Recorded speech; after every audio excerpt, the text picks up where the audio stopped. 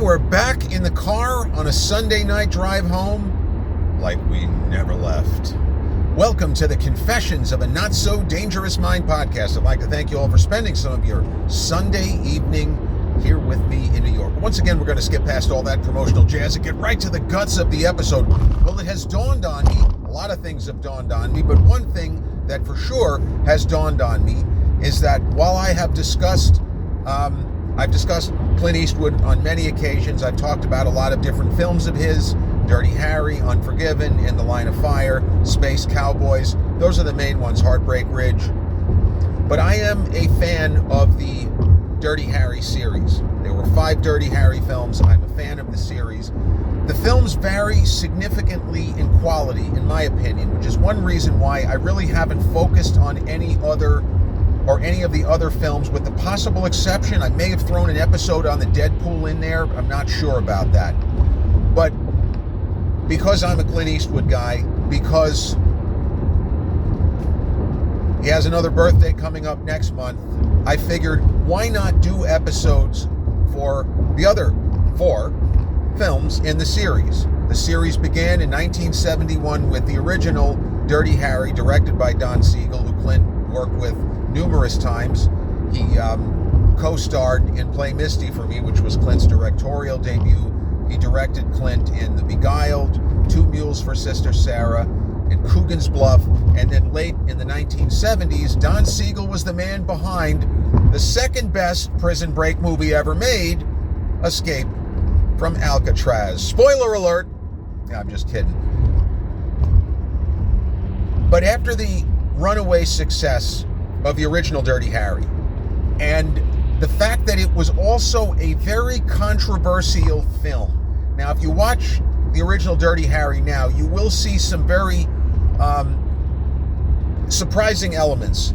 The film is dirtier and grimier than you expect if you've never seen it.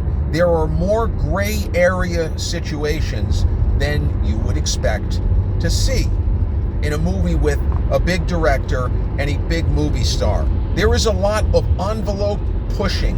There are a lot of risks being taken. There is some potential audience alienation, which you certainly don't see it now. You saw it in the 70s. You know, Jack Nicholson isn't exactly the nicest guy in Chinatown. Warren Beatty, in any movie that he was in the 70s, could be seen as a fucking asshole womanizer kind of a guy. Dustin Hoffman played a lot of heel protagonists, but the original Dirty Harry, Harry Callahan, is not a heel protagonist. He is not lawful evil, neutral good. No, he is a good guy who has very specific views on law enforcement, which wouldn't be a problem except for the fact that he is in law enforcement. Harry Callahan is a San Francisco homicide inspector, and there was a lot of debate as to just where does Dirty Harry, the movie, where does it fall on the philosophical, political, ideological spectrum. It's really a matter of how you see the film. Is the original Dirty Harry a story about one lone, honest, much fucked with cop taking down a serial killer, using whatever means he can to take down a serial killer? Okay, well, if that's your process, if that's how you see Dirty Harry, then the movie could be seen to be upholding a right-wing, pro-police, police power point of view. Okay, rock and roll. But that is not the only way to see Don Siegel's 1971 original. It is not. Because you can also look at the original Dirty Harry in total as a movie about one lone cop getting fucked over by the system and, by extent, the government. He keeps getting screwed over by the powers that be. They don't let him do his job, which can also translate to there is no place on the police force for a cop like this. We don't want this guy trampling on people's rights. He doesn't get to decide whose Miranda rights are valid and whose aren't.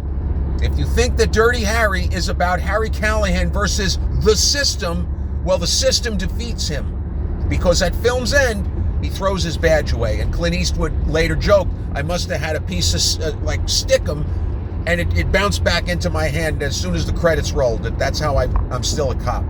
But with all of the discussion and debate, and in some quarters anger, whether it was Pauline Kael complaining this film is a fascist text, and Roger Ebert talking about, I got some problems with the politics here, but the film is great. And a lot of critics shared similar sentiments. It's very effective at the level of a thriller. And if you just want to see a story of a really awful, terrible serial killer getting his just desserts, well, there you go. But there was a lot of anger, there was a lot of debate, and a lot of discussion. Got people talking and got people excited for a sequel. So Don Siegel did not return for the sequel, but obviously Clint Eastwood, as the title character of Harry Callahan, did. And Clint was interested in all of the debates.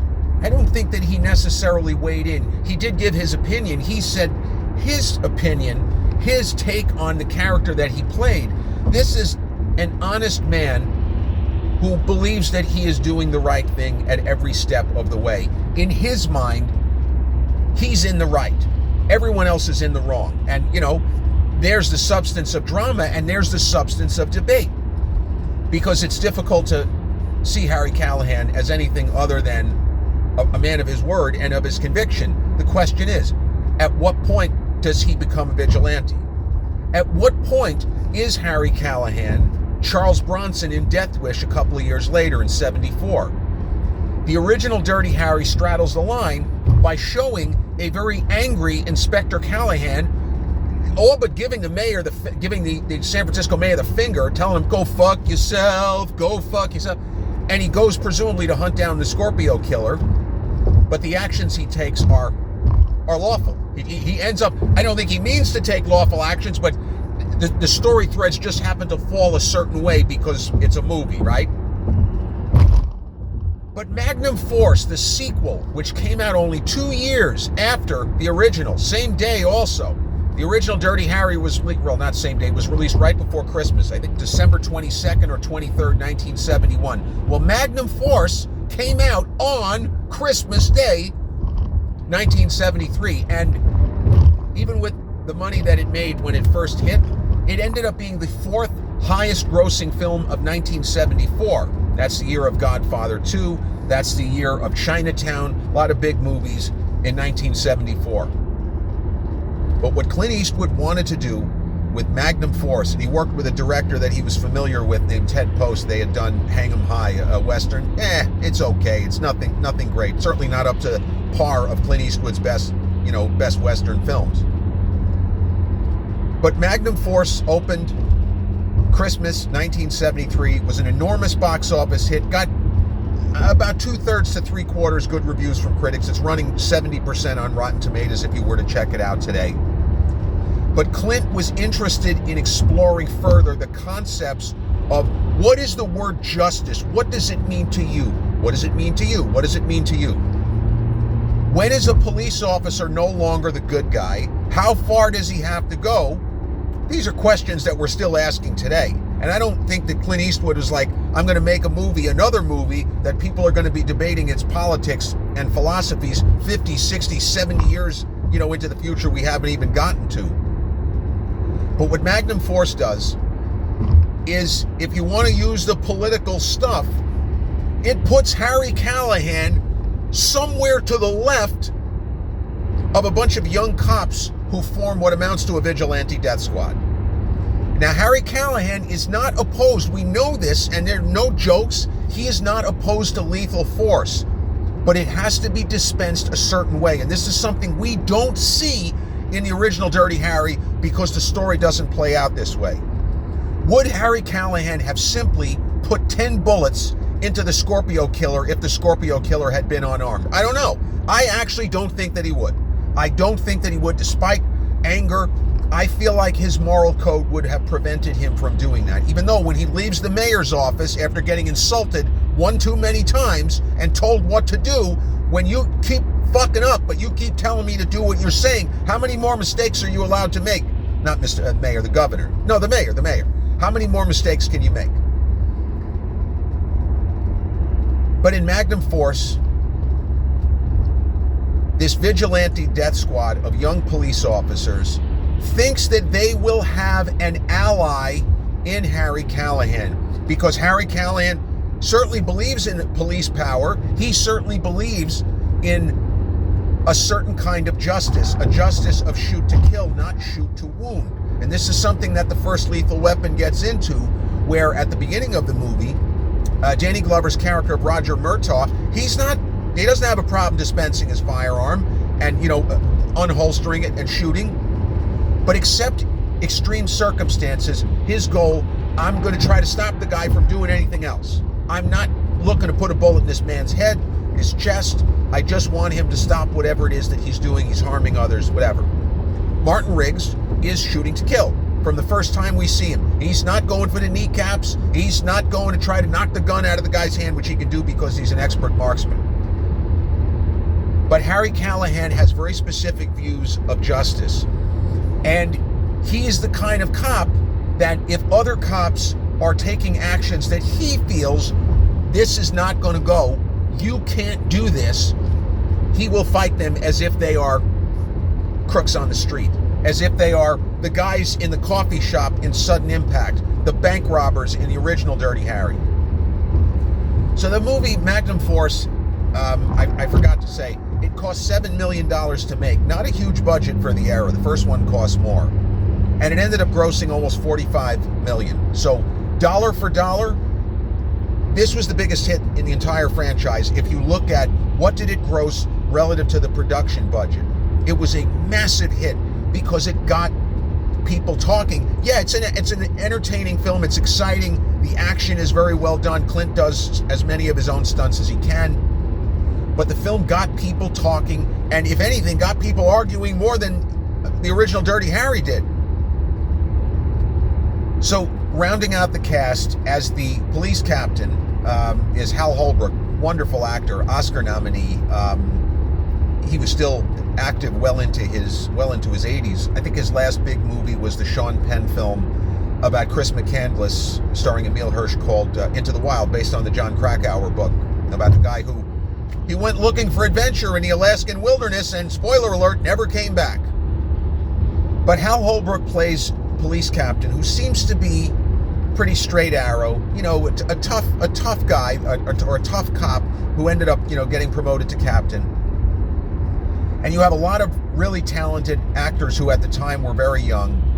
Tim Matheson later was in Animal House, among many, many other films. But Tim Matheson, David Soul, who was in the ABC The Salem's Lot miniseries a number of years later also, and Robert Urich.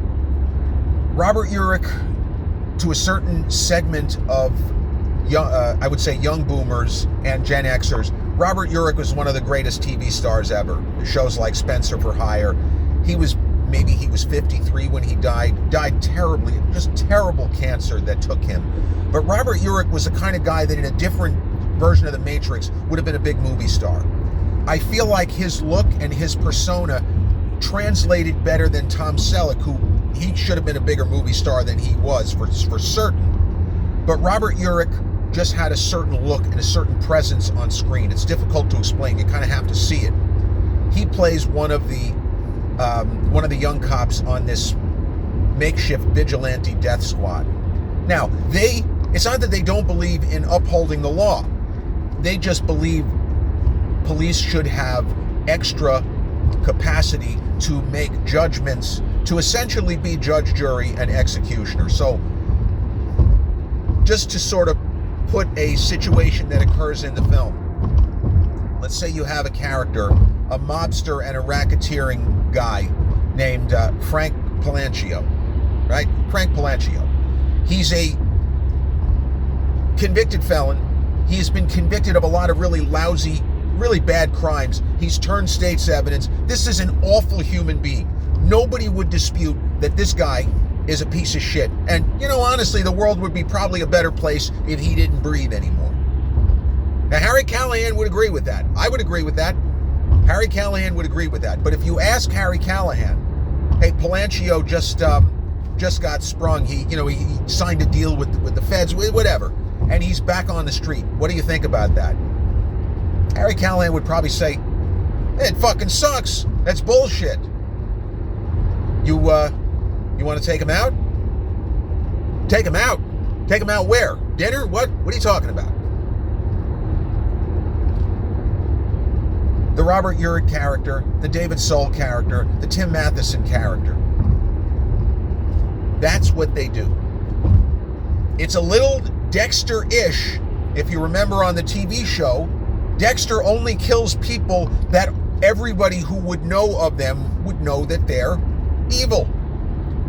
We're not bumping off somebody who's committing a traffic violation. He's got a lot of parking tickets. No. Hardened criminals who have escaped the law, either through clever lawyering or some other means where they're not paying the penalty that society should demand. So there appears to be in this film a little bit of a standoff where it seems as if Harry Callahan is going to let the young cops do their thing. He's not going to screw with them, and he's not going to screw with Captain Briggs, the Hal Holbrook character. Hal Holbrook didn't play menace that often, but in this movie, the kind of friendly eyes that he shows in so many films, even like Wall Street with Charlie Sheen, movies like that, and Into the Wild, it's not this character. This guy's eyes are like steel. This is, he's older, he looks like a grandpa. You don't want to ever fuck with this guy. You can just tell by the way he stares at you. He looks like he's bent. It's a really good performance by Holbrook. But there appears to be a standoff. There's not going to be any more problems. But there is something in the wiring of Harry Callahan that he just can't let this go. So he tries to reason with the young cops. And the irony is, they try to reason with him. You, of all people, should understand. They say to him, this is why we're doing what we're doing. You, of all people, should understand. And Clint, as Harry Callahan, one of the best line readings of the 70s for him. I'm afraid you misjudged me. You thought that I was an ally. Well, he doesn't say that, but the first part, I'm afraid you misjudged me. You thought I was an ally. I'm not. You guys are a bunch of criminals. You're a bunch of murderers. Don't go patting yourself on the back for too much longer. You better be looking over your shoulder. This can't stand. If you continue, anything goes, right? So the notion and the idea of the film is it's a litmus test. This movie is not nearly as good, in my opinion. There are some people that would disagree. This is not as exciting. It doesn't have the plot twists and the incredible tension of some of the moments in Dirty Harry, like when Callahan is being bounced all over town and he ends up at Mount Davidson Park and nearly gets killed. This film is a rumination on how we, as the audience, whether it's 1973, 74, whether it's today, how do we see policing? What are we comfortable with? And where, for us, have we crossed the line? And the way that Callahan explains it, he says, I don't think he says this. I think this is Clint Eastwood was editorializing. I'm remembering a quote where he said, it's good to say we just have to go after the criminals. All right. Well, if your neighbor's dog pisses on your lawn, are you going to turn that into something where you can just shoot this guy? That's where you have a problem. Because there is no line. Once you start making your own laws, or in this case, start making your own rules that this kind of person we can just put 5 bullets in, but this guy's okay. We'll leave him alone. His crimes aren't enough. Yeah, in your opinion. Clearly, they were playing off of the success and the controversies of the first film in doing it this way. And I don't know who wrote the screenplay for this, but Clint certainly had a lot of input. And look, he and Don Siegel knew that the original was going to be controversial. They knew that people were going to be talking. The scene where Harry Callahan tortures the suspect, that's the most controversial singular element of the movie. And, you're watching the film and you're rah-rah, which you're cheering Harry, but when you take a step back and think about it, it's really not okay that he does that. You understand why he did it, but if he had done that, if that's a real cop doing that, he's never working again. He's probably going to prison. When the district attorney says to him in the film, "You're lucky I'm not indicting you," Well, you're only not indicting him because it's a movie called Dirty Harry. That's why you're not indicting him. There's no other reason. But you ask yourself while watching this film, what's your line? What are you comfortable with? Is Harry Callahan, like, how could Harry Callahan be the voice of reason, but this movie posits him as the voice of reason? He believes in law and order. He believes in justice. But there are lines that he won't cross. And hunting down people who have been released from prison, regardless of whether it's bullshit, no. It's not like it's even a tough decision. It's just not something he's doing. And I don't think he's had some great, awakening or transformation from the first film. And to me, it's the exact same character. So the story then becomes a little bit of a cat and mouse situation between Harry and the young cops, and ultimately Harry and Captain Briggs. And Clint gets to deliver another iconic line from his career, although not as much as, do I feel lucky? Well, do you, punk? Or right turn, Clyde. Or go ahead, make my day. But there's a moment at the very end of the film where Clint kind of stares a faraway gaze into the camera and he goes, "A man's got to know his limitations." A man's got to know his limitations. Harry Callahan knows his limitations. These other fucking idiots on the San Francisco Police Department who think that they're heroes, they don't know shit. And that's another line that he says to the David Soul character, "You heroes have killed a dozen people this week. What are you going to do next week?" So Magnum Force is not currently streaming on any platform for free. You can, rent it for $3 on Prime and Apple, and there are other streamers where you can pay a couple of bucks. It's a really good movie. It's like 3 to 3.5 stars. The original is 4 stars.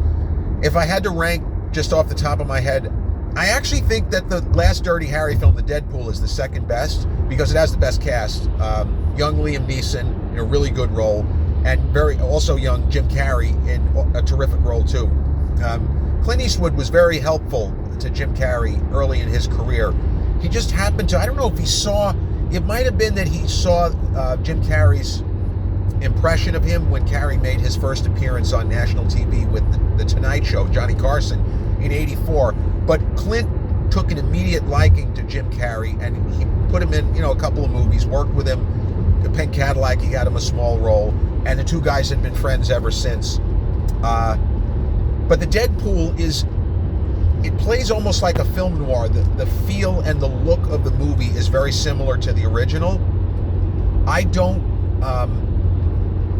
like the third film, The Enforcer, with Tyne Daly. That's the only movie that I barely give a thumbs up to. I think it's not good. There's also a lot of very problematic elements. The language that Clint uses to describe people of a certain... It's just... The movie's not good. You should almost wish that they would do a recut and get rid of all of those bad elements, But that, to me, is the weakest. And the Go Ahead Make My Day movie, Sudden Impact, that's also a very problematic film. The Sandra Locke character, there's a lot of stuff in that movie that it doesn't really work, and it's just not that good. So if I had to rank the films, Dirty Harry the best, The Deadpool the second best, Magnum Force the third best, Sudden Impact fourth best, and the weakest of the 5, I'd barely give it a thumbs up, is 1976's The Enforcer. So that's all I wanted to say. I wanted to bring up Dirty Harry film number 2, and obviously if and when I do an episode on The Enforcer, I will go into a lot more detail than just 2 minutes here. But Magnum Force is a movie worth seeking out because I do believe it is a litmus test. It is a movie where you ask yourself, how do I see this? How would I see this? And no judgment. There are plenty of people who would be perfectly okay with that. They wouldn't want them to be called a vigilante death squad, but there are people who would be okay, at least conceptually, of a Dark Knight kind of a character doing something to people who have evaded the law, who we know are irredeemable pieces of shit. I totally understand that. So that's all for tonight's episode.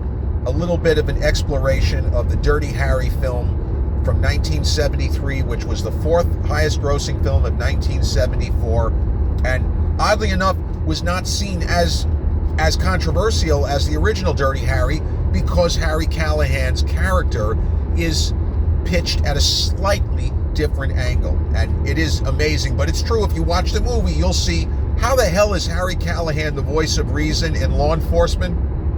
But that's the cleverness of this particular film. So I'll spare you the exaggerated wrap-up. I hope you've enjoyed my little exploration of 1973's Magnum Force, and I'll see you all again real soon. Peace.